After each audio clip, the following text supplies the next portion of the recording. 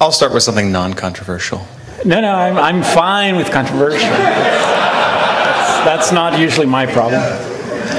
Yeah. It's well known around these parts that in 2007 you did an interview where you said that although you've used many Linux distributions, you had never used Debian because you found it difficult to install. Yes.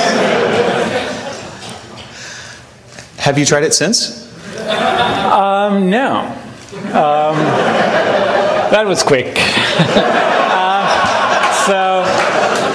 I'm sure it's gotten much easier to install. To me, a distribution is, I'm sorry, you may want to close your ears now.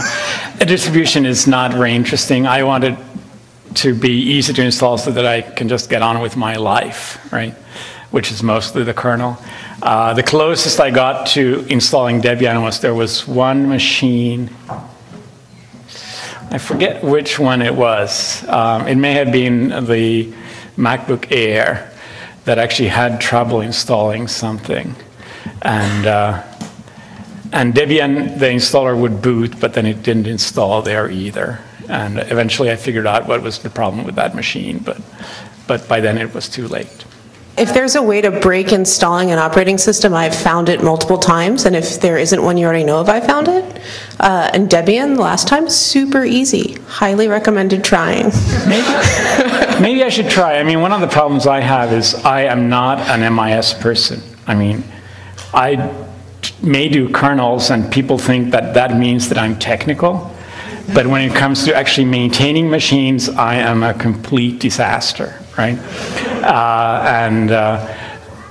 I change my own machines regularly, so changing the system I run on my machine would be easy, right? I end up upgrading machines a couple of times a year usually, but I end up having also to maintain my family's machines. And that ends up being the one that I don't upgrade my family's machines very often, and I don't want to run multiple different distributions across different machines because I suck at MIS.